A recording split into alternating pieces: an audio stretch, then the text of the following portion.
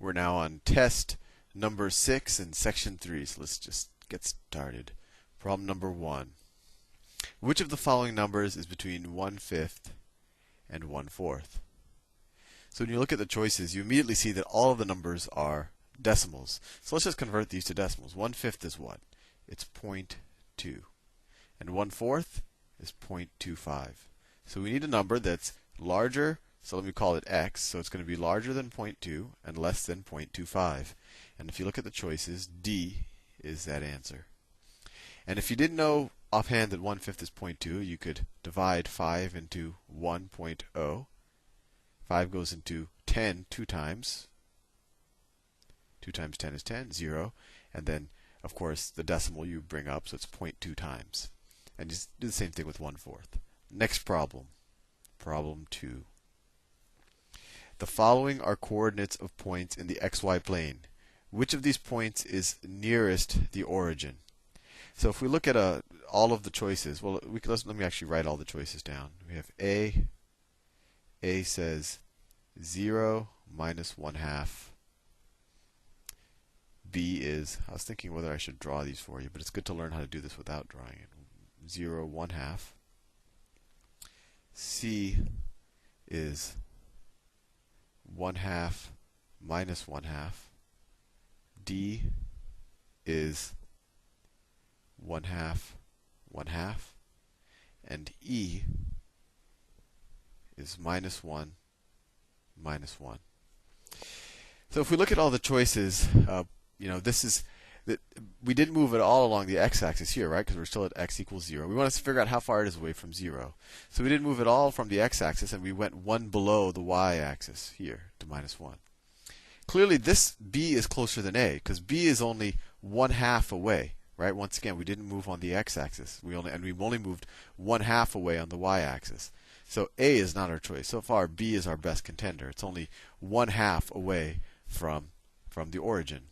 C is 1/2 away in the x direction and 1/2 away in the y direction. And if you do the math, if you use the Pythagorean theorem, you'll see that, of course, is going to be further than 1/2. And let me just draw a little bit of a graphic for you, just so you get the intuition how I can do that without drawing it. So this point is 0, 1/2. So it's 0, 1/2. Let's call this 1/2. So that point is here. That's our best contender right now. 0, 1/2. The point 1/2, negative 1/2 is here. If you say this is 1/2, minus 1/2 is here. Minus 1/2. So its distance from the origin is this line right here. And that distance is definitely going to be longer than this distance. How do I know?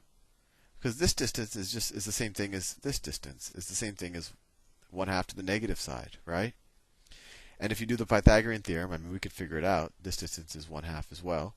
This is the square root of, this is going to be the square root of what? 1/2 squared plus 1/2 squared.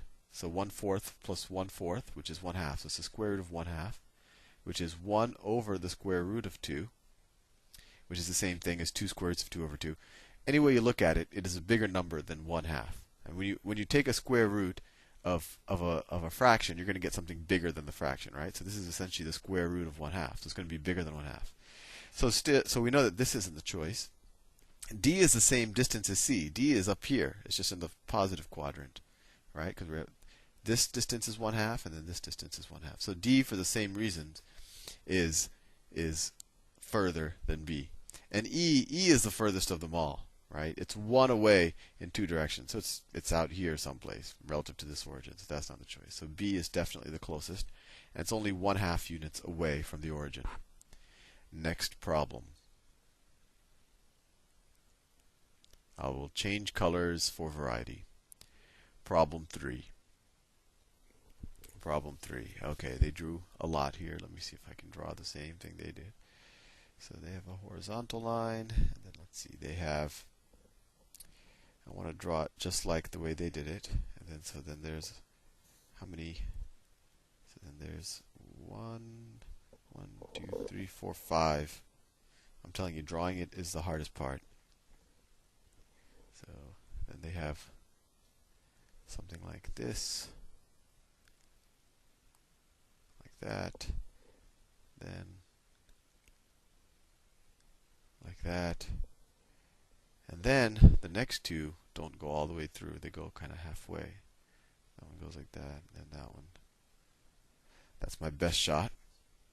And then they say that this is, let me switch to, this is x degrees, x degrees, x degrees, x degrees, x degrees, x degrees, x degrees. And then they say that this big one right here is y degrees. In the figure above, what is the value of y? Well, the first thing I would do is figure out what the value of x is. And how do I do that? Well, you could say, you could make a whole circle or whatever, but you could say, look, all of these x's here, these, how many is that? 1, 2, 3, 4, 5 x's, right? These 5 x's are collectively supplementary to each other, right? They're going to add up to 180 degrees. So we know that 5x is equal to 180 degrees, and that x is equal to, how many times does 5 go into 180? 5 goes into 150 30 times, and so there's another 30, so it'll go into it 36 times. So x is equal to 36 degrees, and you just divide 180 by 5 to get that. So how do we figure out y? Well, the easy way to do this is say, well, if you go into the other side of that, if you go to the other side of the circle, if you go to this side of the circle, that's also going to be equal to 180 degrees, right? So we have 2 x's here, we have 2 x's here, and then we have y, right? So you could say y plus 2x is equal to 180. I know what x is. X is 36 degrees, so y plus 2 times 36 is 72 is equal to 180. Y is equal to, what is that? Y is equal to 180 minus 72 is 108 degrees. Now, if you wanted to do this really, really, really fast, what you could have said is, well, you know what? If I kept drawing these x's all the way around the circle, right?